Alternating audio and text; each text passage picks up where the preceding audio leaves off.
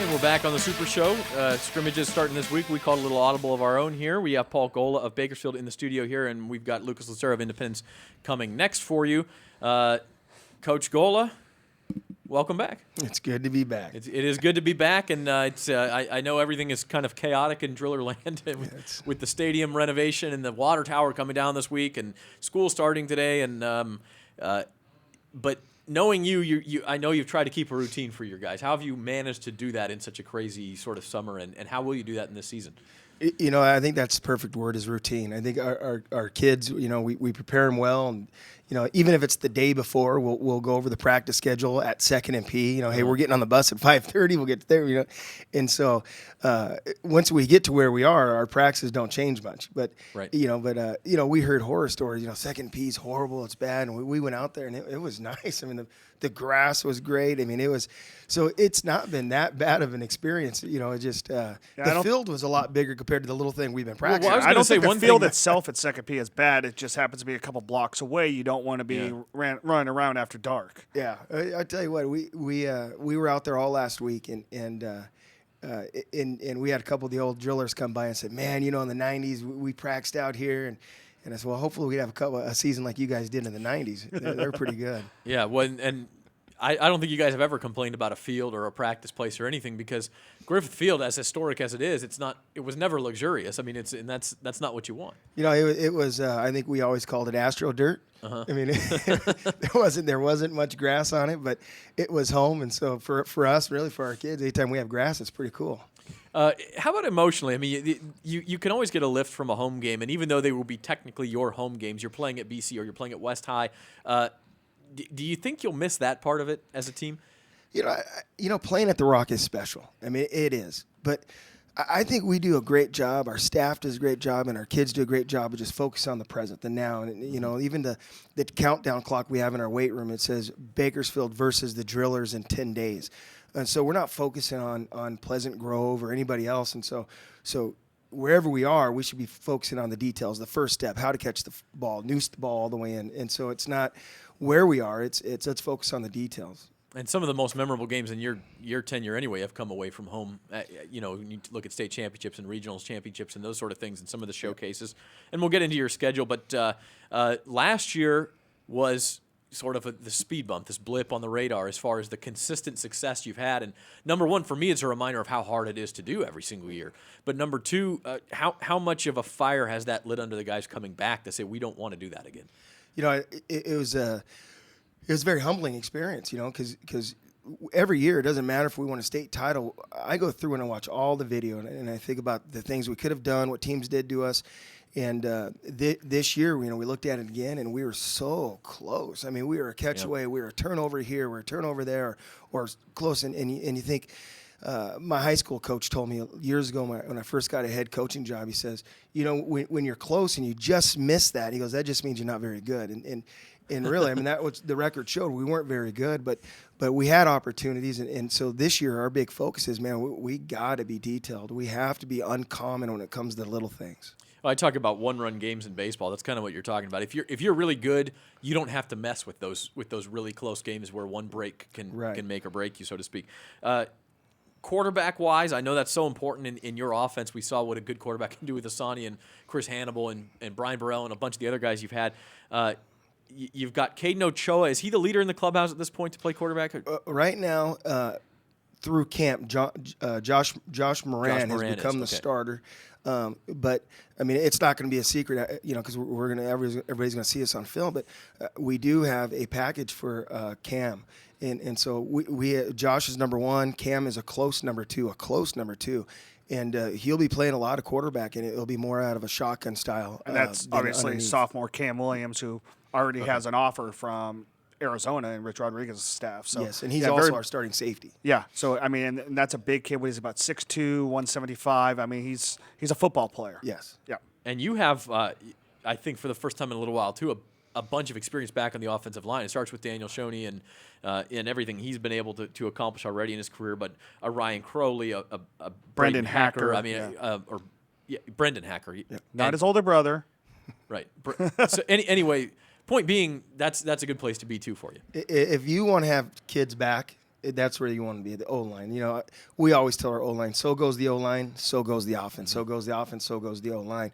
Everybody else is brand new, but we have those guys that have all, you know, been starters in the program, which is awesome. You know, everybody else could catch up to those guys, but when you have an offensive line that's behind, you know, those other guys can't catch up. Do you have more size on that line than you've had in a while, too? Yeah, you know, Shoney's close to 300. Hacker's probably 265, you know, in that area.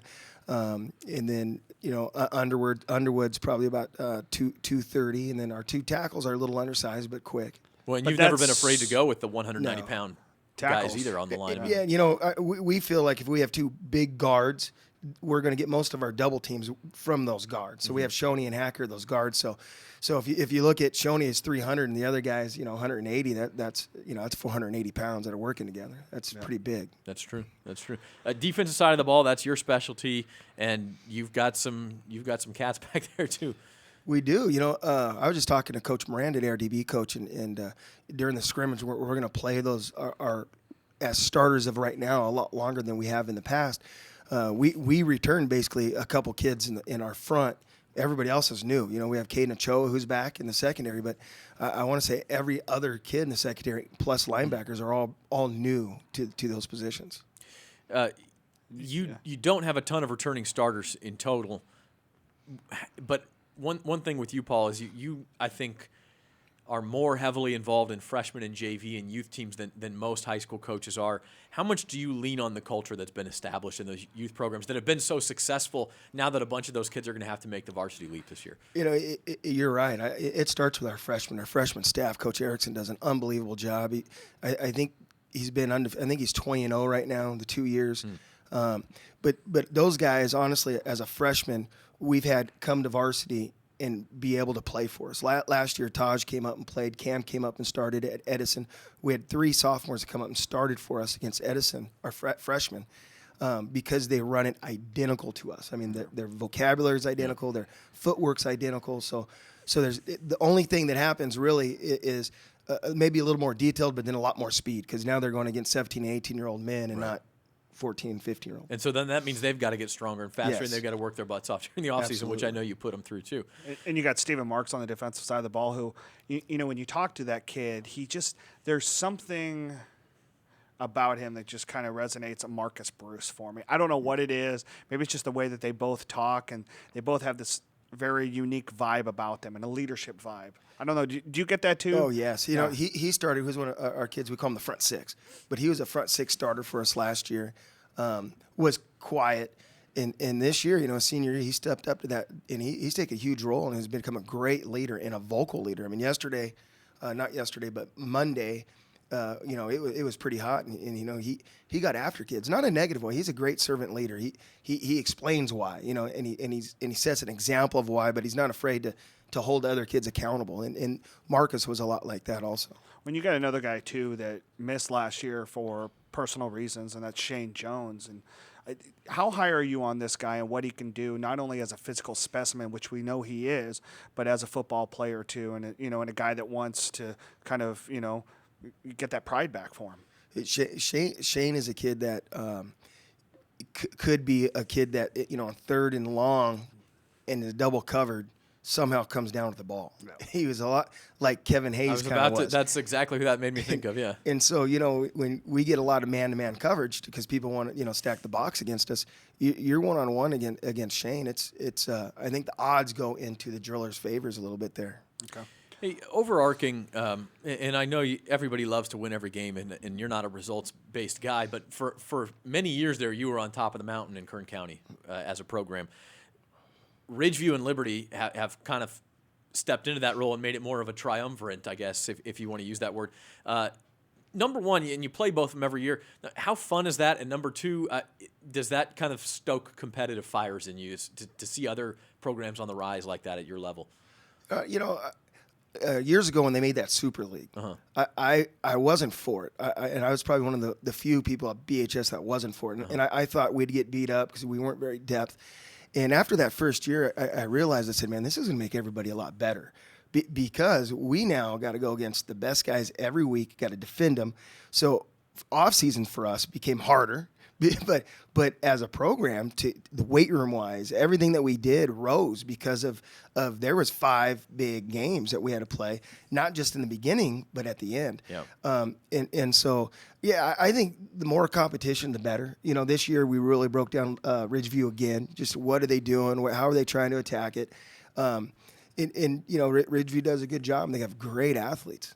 Yeah, and that's obviously the challenge is scheme-wise. You can do everything, but sometimes against the best teams, they still beat you man to man because they have that talent. Your non-league schedule, and one of the things the SWIL does is allow you, instead of having to take weeks in your non-league schedule to play a Centennial and a Stockdale, if you want to do that, you fill it with other teams, and what a fun schedule. I mean, Pleasant Grove, we mentioned at the showcase down in Ventura. That's a week from Saturday to begin the season. Then you play Bear Creek of Colorado and San Diego the following week. Then you get Chaminade, one of the best teams in the southern section. You play them up at BC. Should be a great crowd on a Thursday night for that one. Then Valencia, and then Ridgeview. I mean, that's and what a non-league schedule. And again, like you say, you're going to get tested every single week. And none of these are home games. Well, yeah. Not, or they're all home games. Yeah. And the other thing is, none of them, other than Ridgeview, is a true road game either. So, right. We want our kids to go to see the best talent there is, and playing Southern California teams also help recruiting wise. When the colleges come through, they say, "Oh, you played Chaminade, Valencia," and they know they got Pac-12 players out of there every year. So, recruiting wise, that helps our kids. But it gets our name exposed throughout California. When we went down to beat Long Beach Poly, beat Grand out of Sacramento, Canyons, those are huge wins for our program. And I think you sort of mentioned that rising tide lifting all boats sort of theme. And if you guys go out and play a team from Colorado and beat them, and they go do great things in Colorado, or we talked about Mountain Point with Arizona a couple years ago, and they did some good things, and that was a close loss, I think. But either way, the point is it shows how good football is here. And then if somebody does happen to beat you in Bakersfield, that makes them look that much better. So it kind of lifts everybody. Absolutely. And then playing a tough team makes our kids better. Right. It's going to make us more detailed. It's going to make us look in ourselves when we watch that video. What do we have to do to get better? So I'm not one of those coaches. When you lose, it's hard. Don't get me wrong. I mean, because you've worked so hard, but it's also such a great learning opportunity. Like life, you have to fail forward. If in life, if you just take the easy way, you're never gonna be successful. You have to fail at some point. Yeah, Paul. I know we got a break here soon. We got to let you go. But are you going to be sentimental at all about not coming out of the tunnel this year, or? No, I don't. Honestly, I might be a little weird. I don't even think about it. Yeah. You had such a great run there. I mean, we talked about the 11 undefeated season, 13 state championship, very good again in 14. Again, last year was sort of the speed bump. Do you feel in the preseason differently in those years? Can you look back and say, and maybe it's hindsight 2020, but say, I knew we were going to have a good team versus I wasn't too sure that year, and turns out we were rocky. Yeah, it's the atmosphere when you're on a great football team or company. It doesn't matter. The Californian, when the atmosphere is positive, and you come to work every day ready to go, you're going to be great. I mean, that's the bottom line. And this year, it's a different feel. We come to work and it's kids are ready and they ask questions. The coach, can we watch film? Can we do this tomorrow? We're I hate to say we're young. I hate that. Because I feel it's almost an excuse, but I think we're a great young team. I do, meaning you were pretty young in 2011 too, and that we that did. worked out I all think right. we started six sophomores that year, so it's exciting. I'm excited. Yeah. So being as honest as you can be at this point, it feels more like one of those good years in It preseason. does. Yeah. It absolutely does. All right. Well, Paul Golla of BHS, we appreciate you joining us. We know you got to run out to practice here, so and get back after it in the heat. So we appreciate you joining us, and best of luck this year. Thank you. Thank you guys for all you guys do here. We'll be back. Lucas Lucero of Independence is on the Super Show right after this.